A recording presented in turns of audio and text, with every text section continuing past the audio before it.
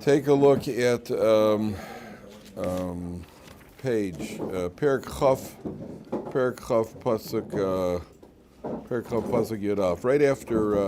Right after the striking of the rock. Perik Chaf Pasuk Yud Aleph. I'll give you in a second as soon as I get there myself. 844.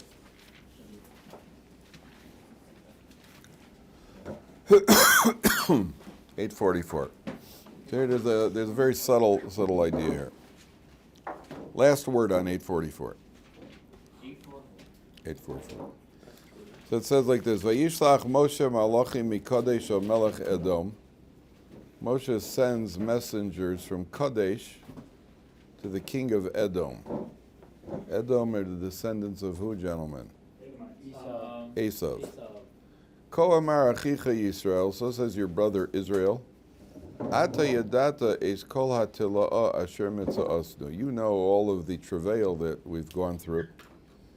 And then they go through the whole story. We went down to Egypt, we came out of Egypt, and then in 6 lines from the top, Pasuk Yud Zayin, it says, Nabra, we're going to read a few psukim here. Nabra no be'artzecha, let us go through your land. Lo navor basada v'kerem, we won't go through the fields of vineyards. V'lo nishte me'eber, we're not going to drink from the water of the well. Derech hamelech neilech, we're going to walk through right downtown. Lo nita yaminu smol ad asher navor gvulecha. So he's telling the Edomites, listen, we want to come through your town. And we're going to go through, and we're going to go down right the main thoroughfare. And there's something in it for you over here, because we're not going to drink we're not going to use our own food provisions. We're going to buy you. It's good for your commerce. We're coming through. It's a good offer for anybody. When you get 2.5 million people coming through, right? There's 600,000 males between the age of 20 and 60. That means there's 600,000 females between the age of 20 and 60. And then there are the younger ones and the older ones. You're talking about a whole nation is coming through, right? I just read the Olympics are going to be in Paris in 2024. 224, the Olympics, and there's an investigation is going on as usual because of corruption and bribery, which is assumed that somebody's being corrupted and bribed when it comes to the Olympics. Why does every country want the Olympics? Because you're gonna make a boodle. That's why it's good for the economy. So what? You got a bunch of Jews who are coming through your town over here. You're gonna be selling a lot of gefilte fish, guys. The way everybody should be happy over here, and then to say nothing of some fur for streimels. You got a whole and the women need shaitels. You got a whole Jewish nation that's coming through. Why would you not want that? Vayomer elav Edom, the Edomites say, Lo savorbi, you will not pass through. Pen b'cherev eitzei likrosecha, because I might come out towards you and greet you with the sword. So this word pen is a funny word. The word pen is a funny word. So the Jewish people say we offer. They make another offer. We'll go through and we'll stay on. No, we're not yet coming through. And Edom comes out, and they won't let the Jewish people pass. So the commentaries say it's very interesting.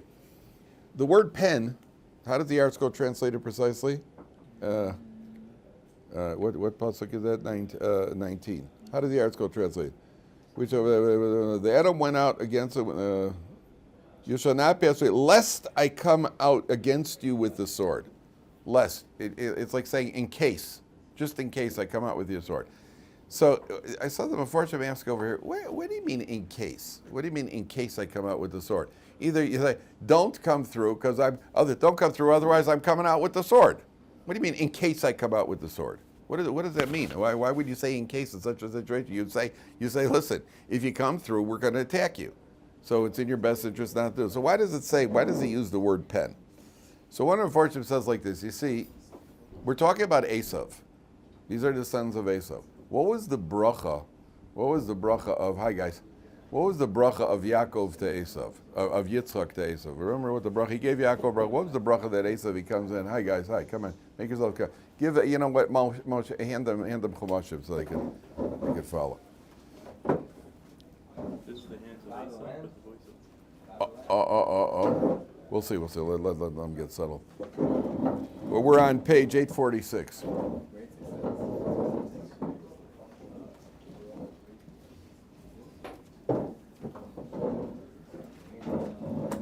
Give him a chance. Just let him come in. Come on in, guys. Make yourselves comfortable.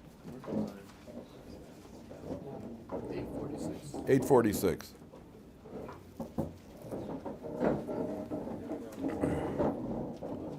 So this is no, we're good. Come on in.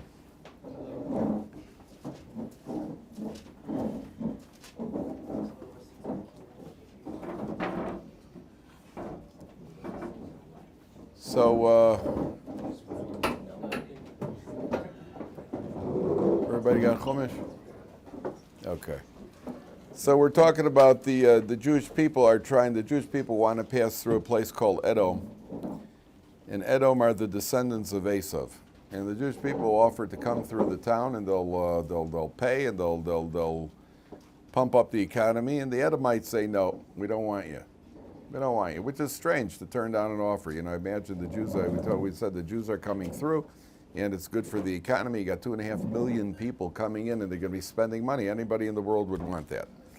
So the Edomites said, no, you can't come through because we might come out with the sword.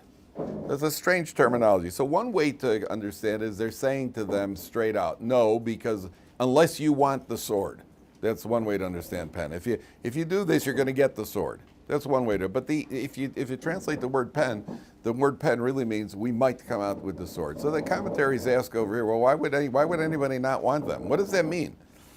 So if you remember going all the way back when Yitzchak gave a blessing to Esav, he gave a blessing to Yaakov, to Jacob, and he gave a blessing to Esav. What was the blessing to Esav? He said, you're going to live by the sword. Esav's going to live by the sword. It doesn't say he's going to die by the sword. It doesn't say he's going to conquer by the sword, which is probably more accurate. So you should say, well, you're going to conquer by the sword. It doesn't say you're going to live by the sword.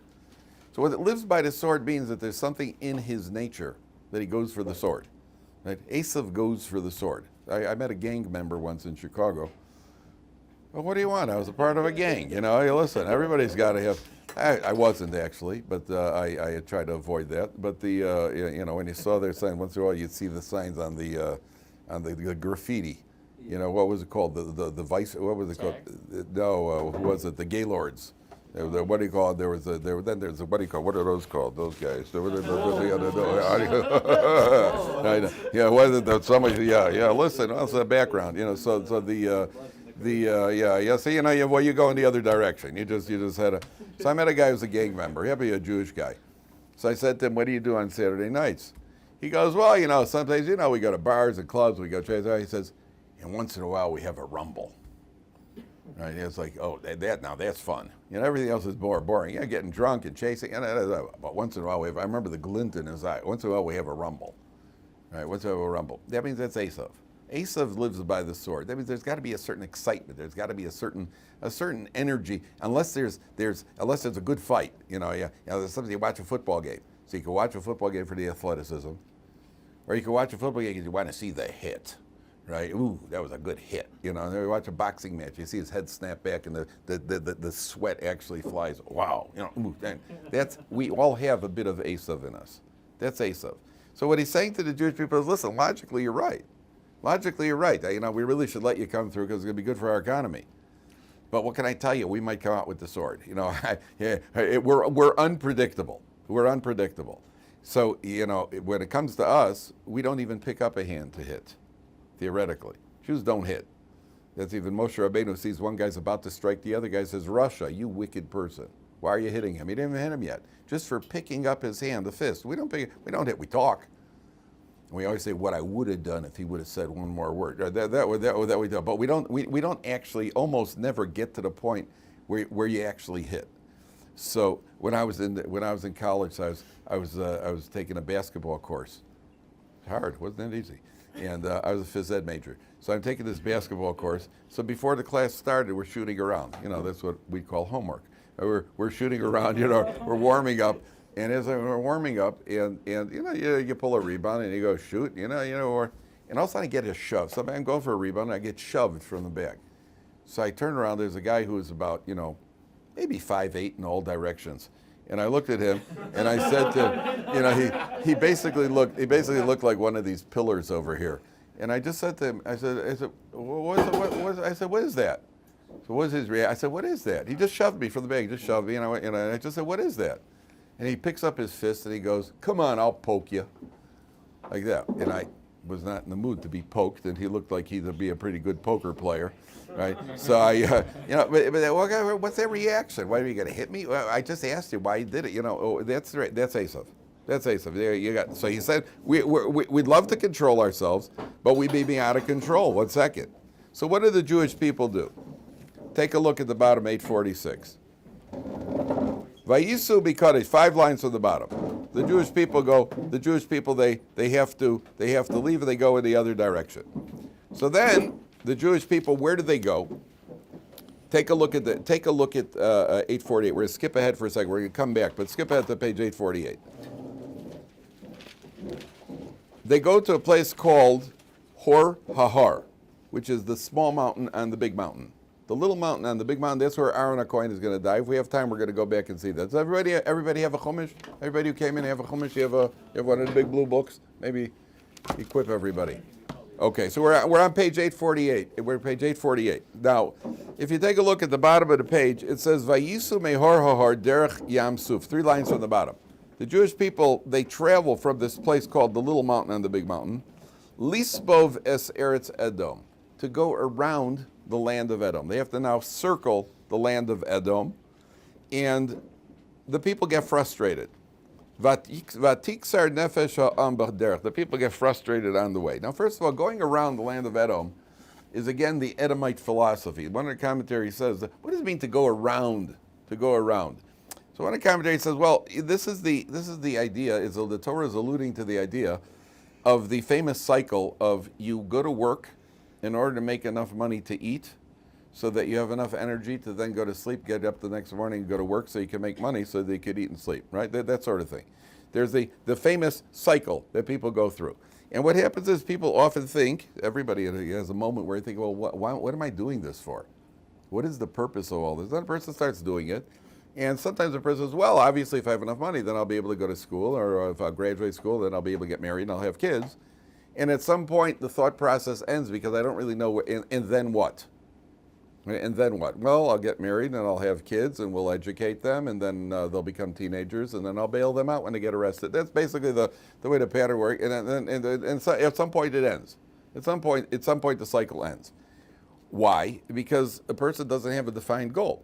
If you don't have a defined goal, so you don't really know, A, what is my goal, and B, you don't even know how to get there.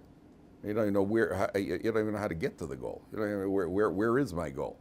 I think I told you guys once, I was leaving, remember I told you I was going from, when I first got married, we had to drive from Chicago. My wife's from Columbus, Ohio.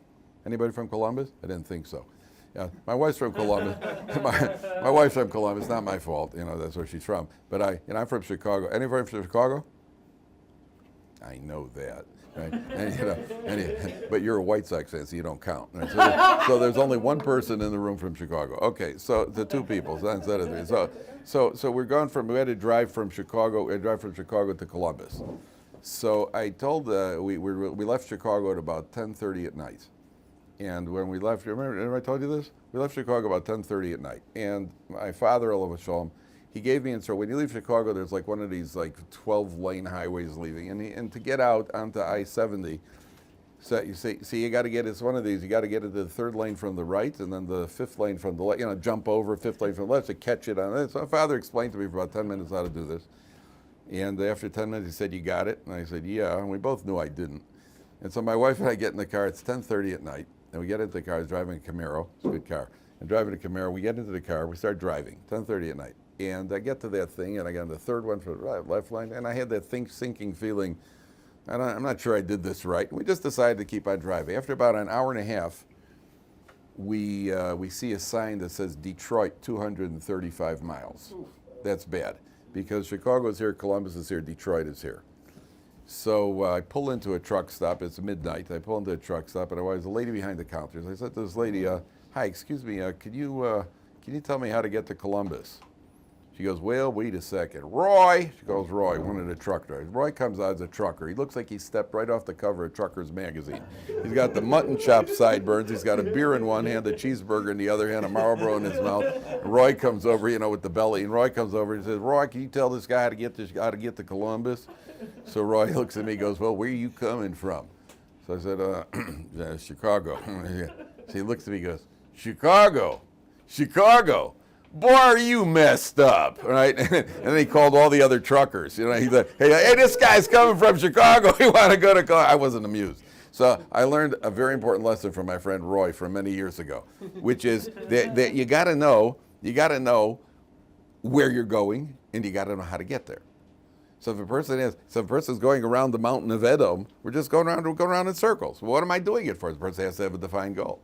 So I had a guy here once at Ohr Somayach years ago. A guy comes in, and I started talking to this guy. I said to him, can I ask you a question? A very provocative question. Many people are stumped by this. I said to the guy, what's your goal in life?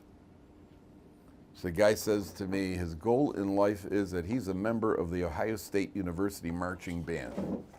The marching band at college football games, when you're watching college football games, at halftime, the marching band comes onto the field and they annoy you for 20 minutes till they get to the second half. So he says he's a member of the Ohio State University marching band and he plays the tuba.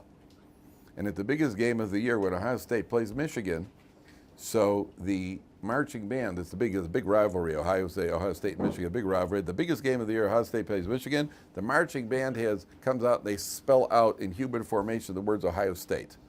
And the senior tuba player has the singular honor and distinction of being the guy who gets to dot the I in the word Ohio. And he said to me, that's his goal in life. I'm trying to look non-judgmental. Is that the word they use nowadays? I'm just trying to look at it. I'm just looking at this guy, thinking to myself, well, yeah, wow, like what comes next? You get to cross the T, like that's like a really impressive goal. I want to dot the I. So it turns out this guy, by the way, today he's completely religious. He has a family. He's already a grandfather. Yeah, how do you like that? So what's the lesson of the story, John? Learn to play the tuba, right? But so the guy says to me, that's his goal. Why? That's your goal in life. You haven't got something defined. So most people don't, because most people are not thinking in that long term. We're only thinking in the short term. So the Jewish people over here, the Torah is teaching you, you can get caught up in that cycle. And then what happens when you get caught up in cycle? Inevitably, take a look at the next pasuk, 2 lines from the bottom. Vatiktsar nefesh ha'am badorech. The people get frustrated. How does the article translate it? The spirit of the people grew short. The article is translating it literally. I mean, the people got frustrated. We're walking around in circles. And then, as usual, what do? They start fetching. Right? The Jewish people start fetching. We're on 848, 2 lines from the bottom. Now watch this. Vaydaber ha'am be'elokim u'v'Moshe. The people. When I was in college, by the way, I just remember this. I was there was a young lady, not Jewish, who was in all my classes. We happened to have 9 classes. We happened to be she was the only person that was in the same class exactly. What do you call it? There's no interest whatsoever for A, she wasn't Jewish, B, for other reasons. But there was no interest whatsoever. I'm just telling you. So one day I was eating lunch and she sat down at the table. I used to bring my kosher lunch, my sandwiches. I had, my knitted yarmulke and what do you call it? She was sat down and we started schmoozing. So the girl starts talking. I mean, I'm gonna tell you something. I've taken sleeping pills, but this girl was more effective than any sleeping pill. I mean, I was bored out of my skin. And she starts telling me about her family. And her family's like, well, my stepbrother, his sister, and she gives me a whole thing. And as she's going on in this story, I realize this girl thinks she's living a soap opera.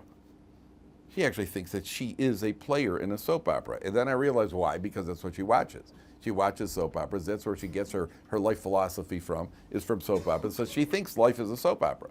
So if you're living a soap opera and you don't have any real definition other than to stand around and talk instead of working when you're supposed to be, that's what they do on soap operas, right?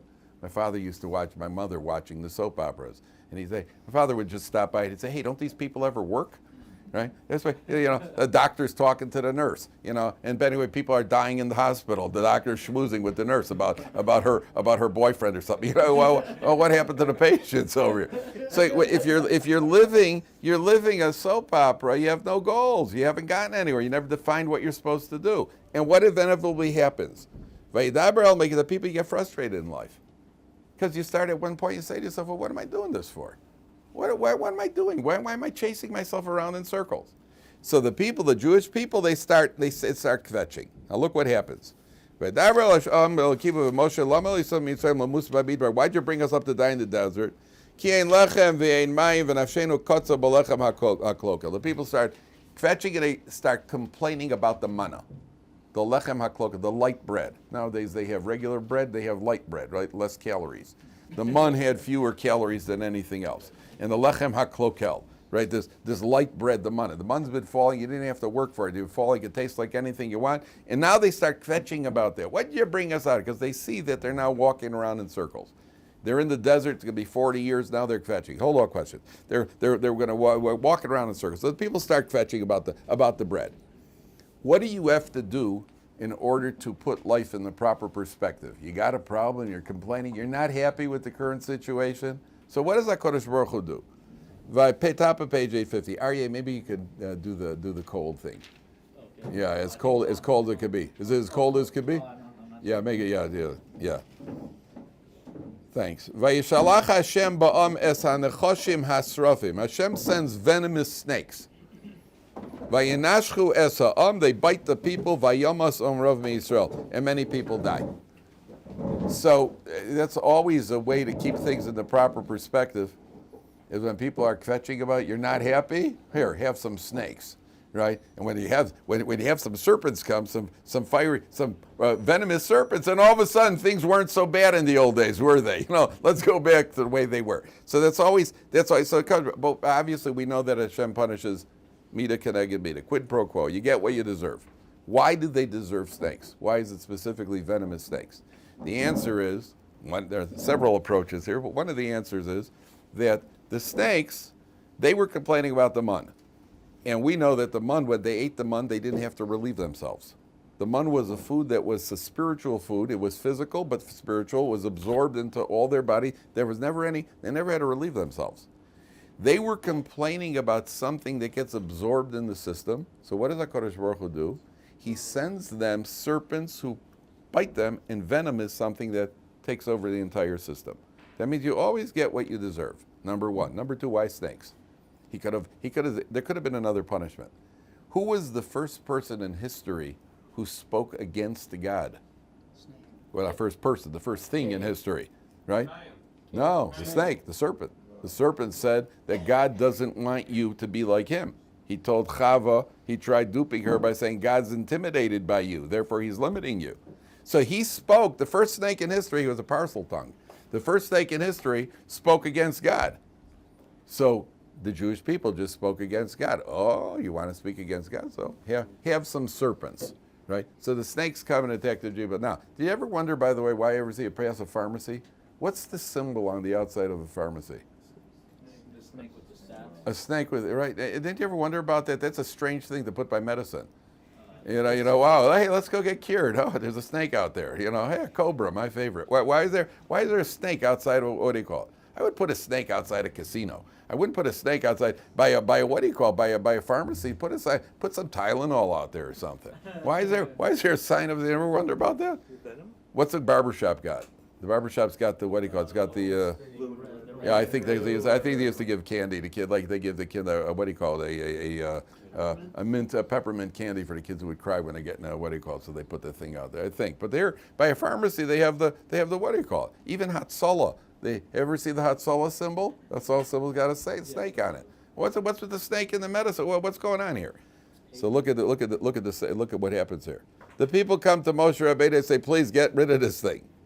So look what Hashem says, 5th line.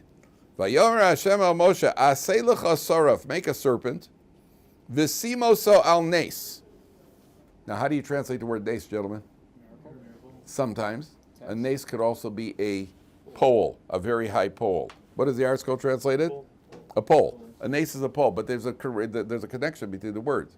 Why is a what's it called on the ship? The mast, the flagpole, the thing that they put the thing on the ship, the thing that sticks up in the air. The mast, right? Why is that mast called a nes? The mast is called a nes because the same thing. What's a miracle? A miracle is something everybody notices. When there's a high pole, it's something everybody notices. That's the connection between the words. In all Lashon HaKodesh, in Hebrew, the words are always connected. So the nace, there is an opinion that he just had this nace, but there was a miracle and this copper nace was floating in the air. There is one opinion like that. But the plain meaning is that put it on a pole and stick it up in the air. Anybody who sees it will live. Anybody who looks at the snake, they have to look at the snake, and that's going to be the cure. So the Ramban, Nachmanides, one of the classic commentators, he says this was a miracle within a miracle. And the Ramban goes through it. He says it's well known in life, I mean, in even less severe areas. Imagine, have you ever eaten something? There's a food that you like. Let's say you eat some pizza and you really go to town, right? You really take no prisoners. And then somebody comes over to you and mentions, I can't even hear it. I don't even say the word right now, right? I can't even hear the word pizza right now. I'm so full, I'm so stuffed, I can't even hear the word. That happens in life sometimes, right? Now, when a person has an illness, imagine a person has a serious illness. So the Ramban says, a person gets bit by a snake. Thinking and picturing and envisioning snakes could actually make the illness worse. And we know that the mind is very powerful when it comes to all sorts of things like this. Did you ever hear a guy named Norman Cousins? Did you ever hear about Norman Cousins? Norman Cousins wrote a book. It was very famous. Norman Cousins wrote a book. His daughter actually lived across the street here from Ohr Somayach. Norman Cousins was a guy who was diagnosed with cancer. And so what he did was he purchased as many funny films as he could. And he sat all day watching like the Three Stooges, and he watched the Three Stooges and Laurel and Hardy, all the comedians. He watched it and laughed and laughed and laughed, and actually laughed his way to a cure.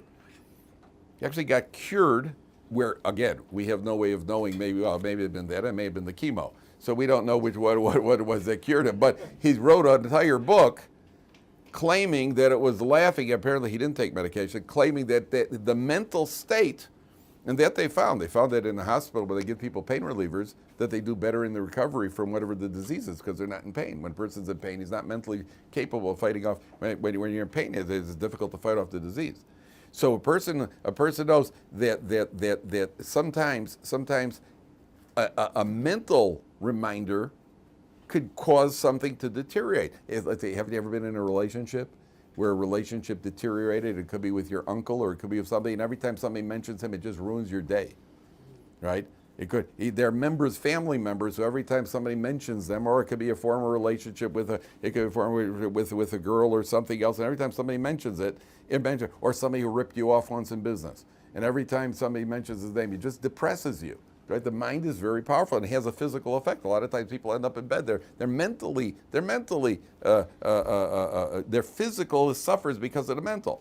So the Ramban says that this was a miracle itself. Looking at a venomous snake is the worst thing for a person who's been bit by a snake. So HaKadosh Baruch Hu God shows the Jewish people that the cure has nothing to do with the physical means necessarily, that if a God brings he can bring the disease, he can bring the cure in any way. We see this because if a person gets stabbed by a knife and he needs surgery, what does a surgeon use in order to cure him? He uses a knife. That means the knife that created the infection and the injury may be cured by somebody else using a knife. So the Torah says you can take a snake, take a serpent. By the way, women who are pregnant will develop you probably have seen the stereotypically, they want to eat pickles, right? It's not pickles per se, by the way. They develop a craving for something salty. That is true. But there also is very common that women who get pregnant, they don't want to eat any protein. They cannot even look at protein. Protein makes them sick. Just the thought of it makes them sick. It's very common. I remember my wife when my wife was expecting, the time she was expecting. So she also, there's certain foods she couldn't take. So, of course, I cooperated. I would follow her around the house mentioning those foods. So I say, just think of an empty can of tuna. She goes, no. A hard-boiled egg. She goes, be quiet. Listen, I had to toughen her up. Listen, she's not tzaddikas either. Don't worry. So it's what do you call? But that's the reality. And the reality is that just thinking about it could actually drive you nuts. So if you've ever overeaten, and somebody mentioned you've had a lot of lemon meringue pie, you get to a point where I can't even So Ramban says that's what happened with the serpent. That's what happened with the serpent over here. Now, watch this. Let's go back for a second. Aaron dies. And it's back on page 848. 846. Okay, because we got to connect the dots now. 846. Vayisu mikadesh, 5 lines from the bottom. Vayavo b'nei Yisrael kol ha'eda hor hor. They come to a point called the little mountain on the big mountain. Vayomer Hashem el Moshe vel Aaron b'hor har. God says to Moshe and Aaron, al gvul eretz Edom lemor. On the border of the land of Edom. Why does Aaron specifically, Aaron HaKohen dies by the border of Edom? Why? Why does Aaron die by Edom? Right here is where he's going to die and be buried. The Torah is showing you the contrast. What was Aaron known for? He's the man of peace. He's the man of peace. Aaron is the one who goes around making peace among people. The Medrash says that couples that were quarreling with each other, Aaron would cause them to reunite. It says there were 80,000 children named Aaron after him. Medrash says there are 80,000 children named Aaron, named after Aaron HaKohen, because these were couples that were ready to split up, and Aaron created peace. And the next child that was born, when they stayed together, they named Aaron after him. I don't know how it worked in school. I imagine the teacher, Rabbi, saying Aaron, and 4 kids start answering at one time. Then no, I said I meant Aaron the Kohen. Yeah, we're all Kohen, So I don't know exactly how the logistics can get complicated. But Aaron is the man of peace. And the Torah shows you the contrast. Here's Edom, who lives by the sword, who won't let you into the country, and they're ready to go to war. And then you have the contrast. You have 2 types such people living in the same world. And then God says, now look at this terminology, gentlemen. Yeyasef Aaron el Amav. Aaron shall be gathered to his people, which is a reference to meaning what? Yeah. He's going to die. So why does it say he's going to gather to his people? It says he's going to be gathered into the earth. Isn't that what happens to people in the Edom? They get gathered into the earth? Where do you get gathered to? Hopefully he doesn't have to be gathered at all. It's only people in motorcycle accidents. But what does it mean gathered into what does it mean gathered into the earth? Gathered to his people. What does it mean gathered to his people? Well, you have over here evidence. But of course, obviously, in case anybody's wondering, is there anything after death? Well, the Torah certainly seems to indicate it. The Torah says he's going to be gathered to his people. There are no people down in the grave. It's very lonely there. Is it that there are some maggots, there are worms, but they ain't your people, right? So what does it mean he's going to be gathered to his people? Gathered to his people is obviously referenced to the Neshama. And the Neshama is going to go to its eternal resting place where his ancestors and his people who are like him are going to be. Kilo Yovo Ela Aretz, Aaron's not going to come into the land. Okay, now, when Aaron dies, and then the Torah describes how he's buried, and there's a cave opens up, and Moshe Rabbeinu even desires a death like that. But there's one question. Why is the next section that the people are kvetching against God? And here's a fundamental, a very interesting fundamental concept in Judaism. Why does that follow this? Why does Aaron follow this? When Aaron dies, and the Jewish people start complaining against God. Well, you brought us in the desert, and we're going fetching around in the mud. What's the cause and effect? What do you say? What's your name? Elijah. Elijah, yeah. Since Aaron was peaceful, since right after he passes away, they start fighting. Excellent. What's the connection? But they're fighting with God. But you're right. You're absolutely right. Very good. That means like this. People tend to compartmentalize. We think that, well, I could be good to God. I'll dedicate my God, and forget about people. It doesn't work that way. A person has certain traits and characteristics. If a person is looking out, is focused on himself, he wants to dot the I, my friend from Ohio State, then you're focused on yourself in all areas. There's man-to-God relationships in Judaism. There's man-to-man relationships. If I'm focused on myself, that's going to be focused on myself in all areas. I'm going to be focused on myself when it comes to kosher food. I want to eat that non-kosher food. I care about myself. I don't care about what God wants. So I'm going to eat the non-kosher food. And if there's somebody next to me who wants something and I want it, I don't care about you because I care about myself. It's the same trait. It's all focused in one direction. It manifests itself horizontally and vertically. But it's all coming from the same place. All focus is on me. A person who's focused outward, so he's focused outward in both areas as well. That means I have an obligation. I have to get up in the morning. I have to put on tefillin. It's not easy to get up in the morning and to daven. I have to get up in the morning and daven. I have to I have to think about other people, and I have to concern with other people, but it's all outward focus. If one focus is outwards, it's going to usually be both horizontal and vertical. If one focus is inwards, If one focuses on himself, it's also going to be, in all areas, one's going to be selfish. So when Aaron is the man of peace, where does peace come from, gentlemen? How do people get along? What is the key to getting along? The key to getting along is not thinking about yourself. Anytime there's a quarrel, anytime there's a fight, it's because the person's thinking about himself. Isn't that true? If we're disagreeing about something, because you want what you want and I want what I want, so we're each thinking about ourselves. And if we would think about each other, so then we wouldn't have a problem. I just got a phone call yesterday from somewhere in America. A lady called me up. She and her husband are having an issue. So she wants to know, this is what he wants and this is what she wants. I said, listen, there are two choices here, not three, because she wants that he should want what she wants. I said, well, if that was an option, then everybody would get along. The problem is that you want A, he wants B. You want him to want A, but he doesn't want A. And you even told me that anytime A takes place, B gets unhappy. So I told her there are two options here, not three. One option is to do what he wants, have him happy, and therefore you'll be happy. Option number two is to do what you want, and he'll be unhappy, and then you're going to be unhappy. Now you choose. I can't tell you what you should do. I told her I can't tell you what to do. I can tell you what you should do. But often in life there aren't three choices. There are only two choices. That's a mistake. People make that all the time. Right? There aren't three choices. Sometimes I've said to my family, guys, we need something to get done. Now, there are two choices. Either you're going to do it or I'm going to do it. But it's got to get done. Option three, that it's not going to get done, is not an option. Now, you tell me what you want. You choose. By the way, if you ever get in a cab in Israel, and so have you been in cabs in Israel? Okay, so sometimes when you get in, the guy will say, okay, how much do you want to pay? And how much, right? So, right, that happens. Now, by law, you can insist that he put on the meter. Right? That's the law in Israel. You could say, I would just put on the meter. But sometimes they'll say, forget it, then I'm not driving you. Now, by law, they have to drive you, but okay, just get out of the cab and find somebody else. But what I found with the cabs is when I get into the cab, the guy says how much. I know more or less in Yerushalayim what things. So I'll get into the cab, I'll say to the guy, 50 shekels or the meter. Make him decide. Right? Because if I say 50, he'll say 60. Right? Or if I say 50 shekels or the meter. So I've had guys who've turned around and say, why not 55? I said, no, that wasn't an option. Is it 50 or the meter? You decide. I'm giving you the choice. So and then you see the guys like, well, decisions. What should I do? So the Torah is telling you over here, Aaron dies, there's cause and effect. Because Aaron is the man who spreads peace among the Jewish people.